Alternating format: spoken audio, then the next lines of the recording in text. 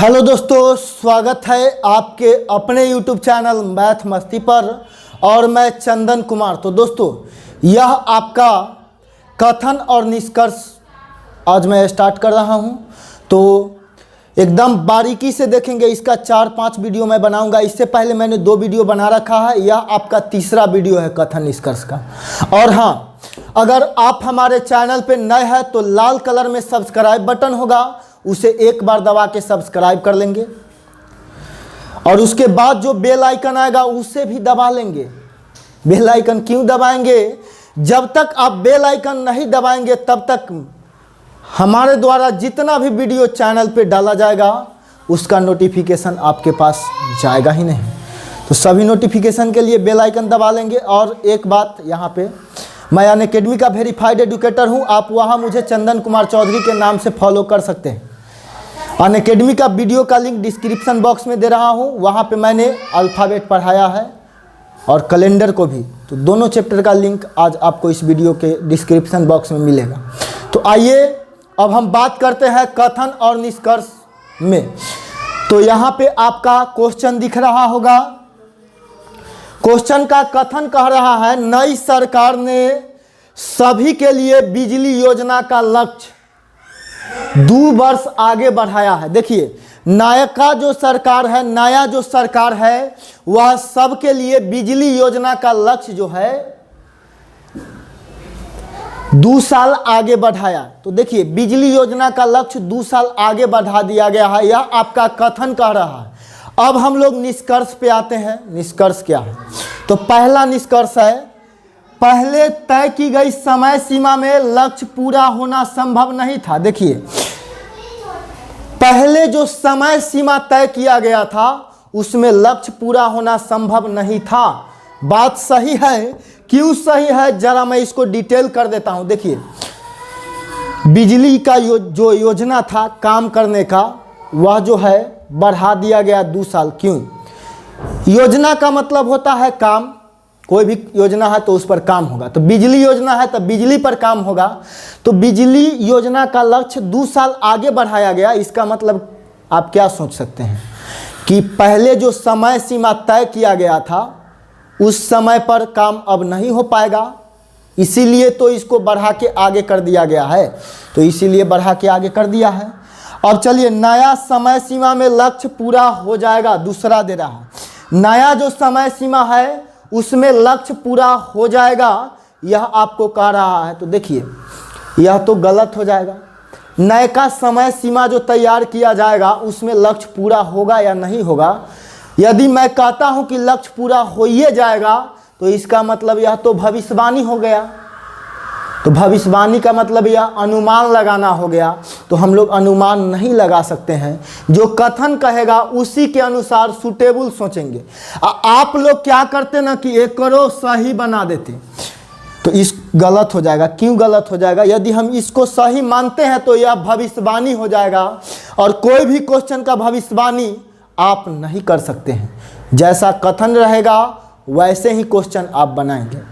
चलिए, तो यह गलत हो जाएगा। क्यों गलत? क्योंकि अगला समय सीमा में पूरा होगा या नहीं होगा ये कौन जानता है?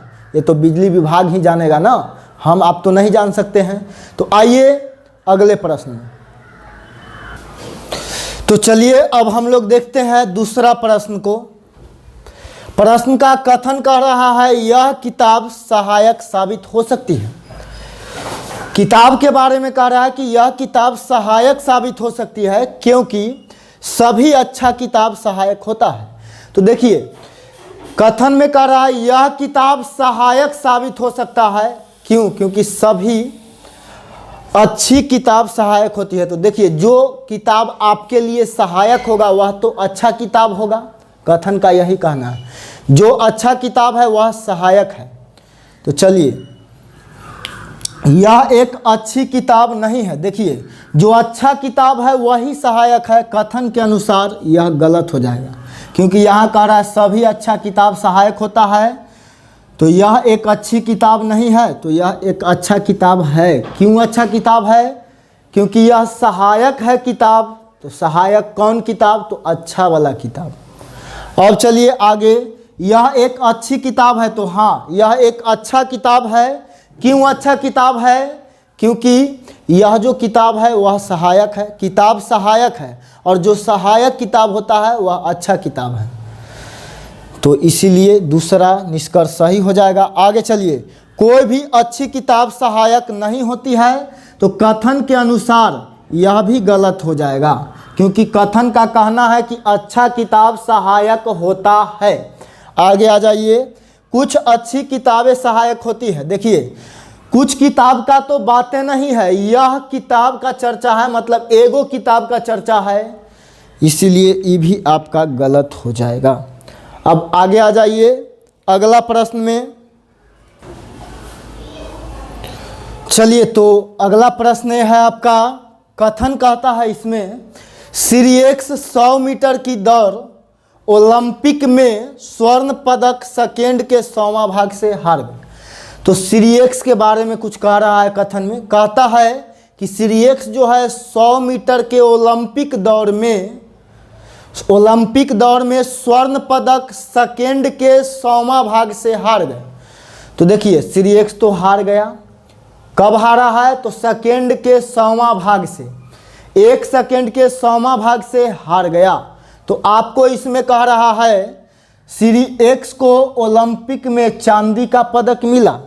देखिए, वह हारा है स्वर्ण पदक हार गया है, लेकिन आप बताइए प्रश्न में कहीं भी चांदी के पदक का चर्चा किया है? नहीं किया है। तो क्या आप कह सकते हैं कि सिरियक्स को ओलंपिक में चांदी का पदक मिला? हम नहीं ना कह सकते हैं कि सिरियक्स को ओलंपिक में चांदी का पदक मिला, ऐसा हम नहीं कह सकते हैं। चलिए आगे बढ़ते हैं। सिरियक्स एक महान धावक है। हाँ, महान धावक है। क्यों महान धावक है? क्योंकि देखिए, जो महान धावक है वही ओलंपिक तक पहुंचता है, छोटा मोटा धावक तो नहीं पहुंचता है ओलंपिक तक। तो इसीलिए दूसरा आपका सही हो जाएगा और पहला क्या होगा? गलत हो जाएगा। अब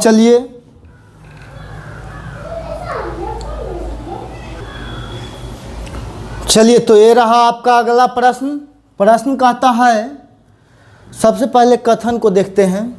कथन में कह रहा है क्रिकेट में सबसे महत्वपूर्ण क्षेत्र रक्षण है, एक कप्तान ने कहा। तो देखिए, एक कप्तान कह रहा है कि क्रिकेट खेलने के लिए सबसे महत्वपूर्ण चीज क्षेत्र रक्षण, जिसको फील्डिंग कहते हैं हम लोग।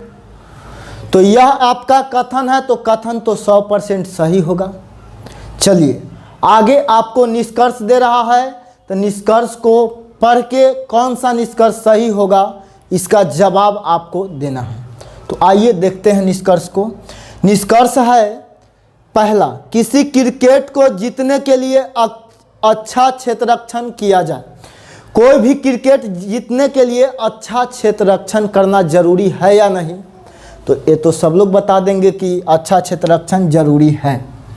अब देखिए, आप लोग क्या करेंगे, क्रिकेट से जुड़ा हुआ दूसरा भी निष्कर्ष दे देगा तो आप लोग सही मार देंगे। जैसा कि इसको भी आप कहेंगे कि दूसरा निष्कर्ष भी सही ही है। अच्छा क्षेत्ररक्षण किसी मैच को जीतने के लिए काफ़ी है, तो आप क्या करेंगे, इसको भी सही मार देंगे। तो ध्यान दीजिएगा, दूसरा आपका गलत हो जाएगा, क्योंकि अच्छा फील्डिंग ही केवल किया जाएगा तो ये कोई ज़रूरी नहीं है कि मैच जीता ही जाएगा। मैच जीतने के बहुत सारे कारक होते हैं। अच्छा फील्डिंग करेगा, जो अच्छा बैटिंग, फील्डिंग और गेंदबाजी जिस टीम द्वारा अच्छा होगा वही जीतेगा। ये कोई ज़रूरी तो नहीं है कि जो अच्छा फील्डिंग कर लेगा वह जीत जाएगा। तो यह जो है पूरा कथन के साथ सेट नहीं किया दूसरा निष्कर्ष, इसीलिए पहला सही और दूसरा गलत हो जाएगा।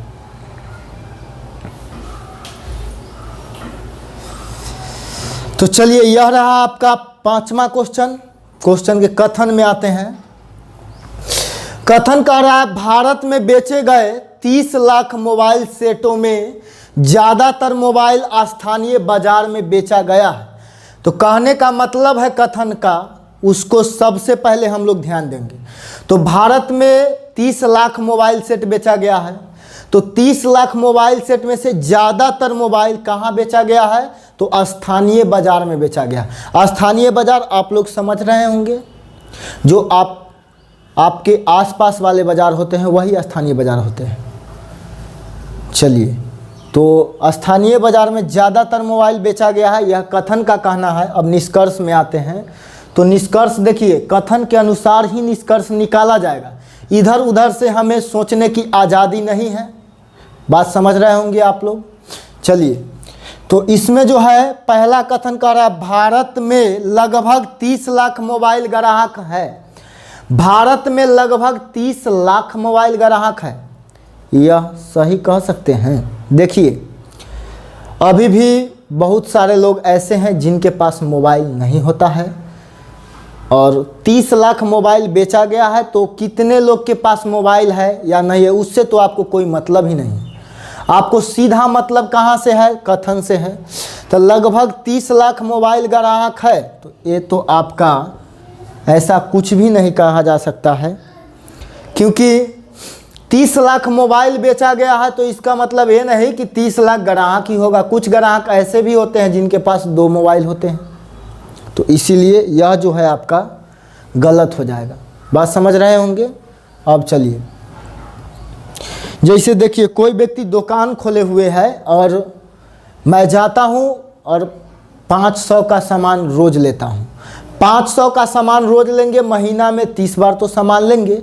30 बार सामान लेने का मतलब क्या हो गया? हम 30 गो ग्राहक थोड़े हैं, हम तो अकेला ग्राहक है जो 500 का सामान प्रत्येक दिन लेते हैं। चलिए, अब आगे आते हैं दूसरा में। तो इससे आपको क्लियर हो गया होगा लॉजिक से।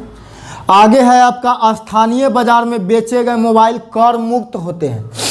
लोकल मार्केट में जो मोबाइल बेचा गया है, क्या वह मोबाइल कर मुक्त होता है? ऐसा भी हम लोग नहीं कहेंगे। क्यों नहीं कहेंगे?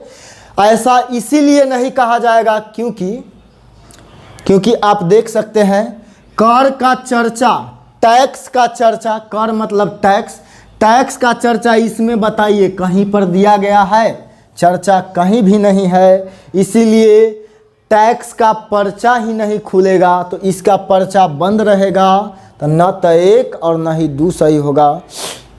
तो आपका क्या हो जाएगा? दोनों गलत है। दोनों निष्कर्ष क्या हो जाएंगे? गलत है। तो चलिए, आज का क्लास हम यहीं तक रहने देते हैं। और हाँ, यदि आप हमारा पेड क्लास करना चाहते हैं तो उसे भी ज्वाइन कर सकते हैं। पेड क्लास के बहुत सारे फ़ायदे होते हैं। तो जिनको भी पेड क्लास करना है उनको मैं अपना व्हाट्सएप नंबर दे देता हूँ। व्हाट्सएप नंबर है 79 70 35 27 39। तो इस नंबर पे पेड क्लास से, रीजनिंग के पेड क्लास से संबंधित सारी जानकारी आप ले सकते हैं। वहाँ पे इस नंबर पे आप मैसेज करेंगे कि मुझे रीजनिंग का पेड क्लास करना है। और हाँ, यदि आप पेड क्लास करते हैं तो आपको 100 रुपया प्रति माह क्लास करने के लिए जमा करना पड़ेगा, जो पेटीएम द्वारा जमा किया जाता है। कैसे जमा करना है वो आगे बता दिया जाएगा। और आपको जो है डेली टाइमली आपके व्हाट्सएप पे लिंक दिया जाएगा। तो चलिए, यह वीडियो अच्छा लगा होगा तो लाइक, शेयर और कमेंट ज़रूर करिएगा। Thank you, best of luck.